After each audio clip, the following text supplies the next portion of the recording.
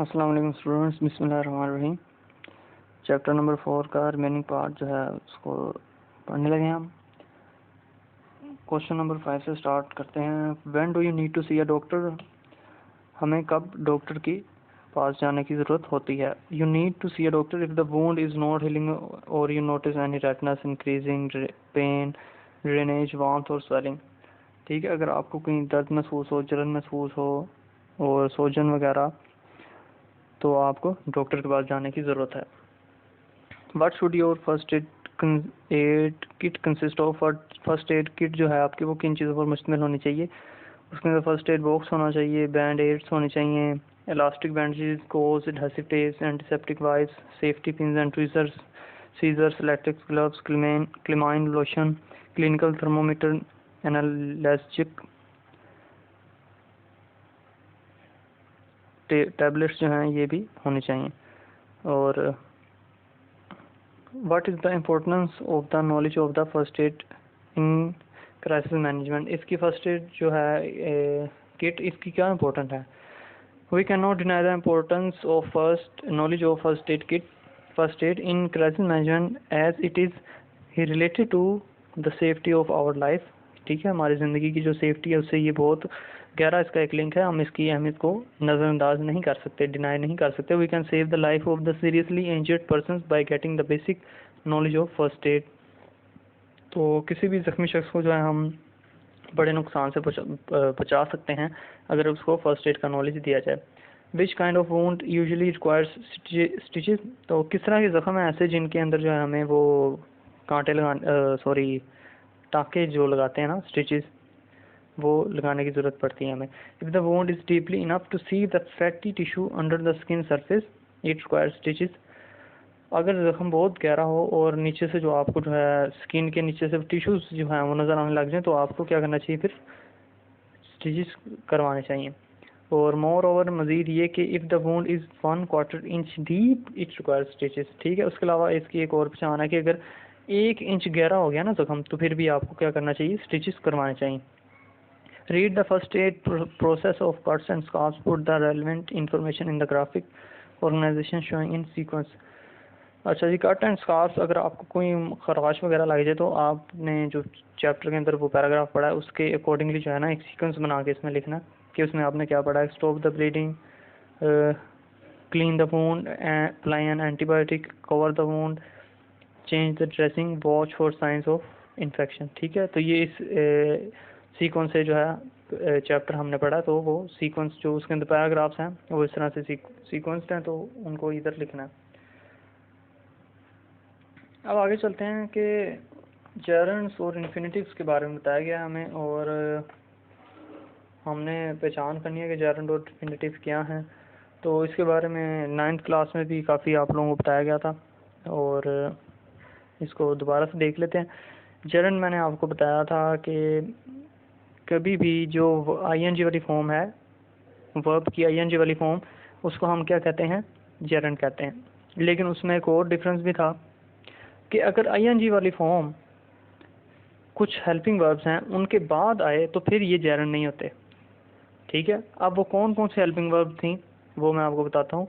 अगर तो जेरंड आए is, am, are, was, were, be और बीन के बाद, ठीक है, इन 7 हेल्पिंग वर्ब्स के बाद अगर वर्ब की ING वाली फॉर्म यूज़ हो रही है तो वो जेरंड नहीं होगा।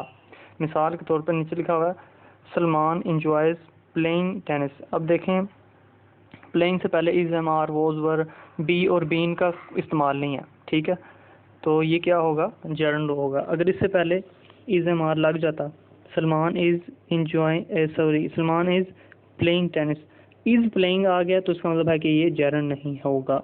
ठीक है, तो ये आपने अपने जहन में रखना है कि ये 7 हेल्पिंग वर्ब हैं, इनके बाद अगर ING वाली फॉर्म है तो वो जेरंड नहीं होगा। अगर ये 7 हेल्पिंग वर्ब ING वाली फॉर्म से पहले नहीं है तो वो जेरंड होगा। और इन्फिनिटिव क्या होता है, टू के बाद वर्ब की फर्स्ट फॉर्म, ये आपने सिंपल सा जहन में रखना कि इन्फिनिटिव क्या होता है, टू के बाद वर्ब की फर्स्ट फॉर्म आ जाना, ये इन्फिनिटिव होता है। और ये नीचे सी जो है एक्सरसाइज, इसको सोल्व करते हैं, इसके अंदर यही करना है कि इन्फिनिटिव और जेरंड लगा के इसको कंप्लीट करना है। We felt the plane dash shake in the storm.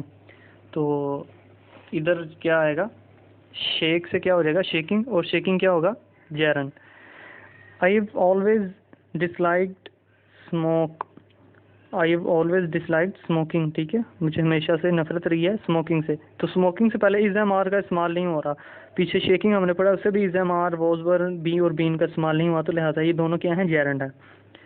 Where did you learn to speak French, ठीक है, टू स्पीक आ गया, टू के बाद वर्ब की फर्स्ट फॉर्म आ गया, तो लिहाजा ये क्या होगा इन्फिनिटिव। नेक्स्ट है is the exhibition worth dash worth visiting. तो वर्थ विजिटिंग ये भी हो जाएगा जेरेंड हो जाएगा। I don't mind getting up early, ठीक है, तो ये भी जेरेंड है। We'd love to come with you, to come आ गया, टू के बाद वर्ब की फर्स्ट फॉर्म, ये इन्फिनिटिव हो जाएगा। She seems to know this place, ठीक है, तो ये इन्फिनिटिव हो गया। तो ये एक्सरसाइज है, और नीचे भी कुछ लिखा हुआ है, उसने कहा कि identify gerund and infinitive in the following sentences. नीचे जो सेंटेंसेस लिखेंगे इनमें से जेरेंड और इन्फिनिटिव जो है आपने आइडेंटिफाई करने हैं। तो आप देखें ज़रा नीचे क्या है, minor cards and scarfs usually stop bleeding on their own, तो ब्लीडिंग आ गया, ये क्या हो गया जेरेंड, और इससे पहले आई वो साथ हेल्पिंग वर्ब नहीं है, लिहाजा ये जेरेंड है। To clean the area around the wound use soap and wash cloths, तो इस सेंटेंस के स्टार्ट में लिखा हुआ है टू क्लीन, टू के बाद वर्ब की फर्स्ट फॉर्म, तो ये क्या हो गया infinitive. Don't keep checking to see if the bleeding has stop. अब इसके अंदर दो हैं, टू सी जो है वो इन्फिनिटिव होगा और ब्लीडिंग क्या है gerund. So try to keep it out of the actual bound. To keep, to के बाद वर्ब की फर्स्ट फॉर्म इन्फिनिटिव हो गया। If a rash appears stop using the ointment using ing gerund आ गया। if dirt or debris remains in the wound after washing use tweezers cleaned with alcohol to remove the particles। to remove आ गया, तो ये क्या होगा infinitive. और इसके अंदर एक और है वॉशिंग, ठीक है, तो ये क्या होगा वॉशिंग जेरंड होगा और टू रिमूव इन्फिनिटिव। तो ये आपने इसको कर लेना। और ये लास्ट पे उसने कहा कि जी change the following sentences into passive voice subject in the passive sentences may be skipped. अच्छा जी, ये उसने कहा कि जी पैसिव वॉइस में करना इन सेंटेंसेस को। एक्टिव और पैसिव आपने 9th क्लास में किए हैं, तो ये मैं आपको जो है एज अ होमवर्क दे रहा हूँ कि आपने ये करने हैं, ठीक है। तो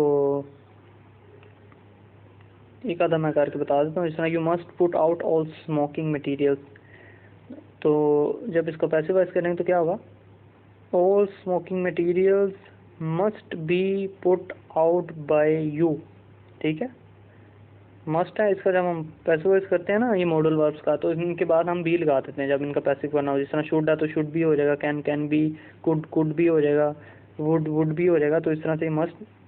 तो you must fasten the seat belt, तो ये क्या होगा the seat belt must be fastened by you, fastened हो जाएगा, ठीक है, क्योंकि पैसिव वॉइस में हमेशा याद रखना है आपने third form of verb use होती है। तो स्टूडेंट्स ये था आज का लेक्चर, इंशाल्लाह नेक्स्ट लेक्चर मिलते हैं, तब तक के लिए अल्लाह हाफिज़।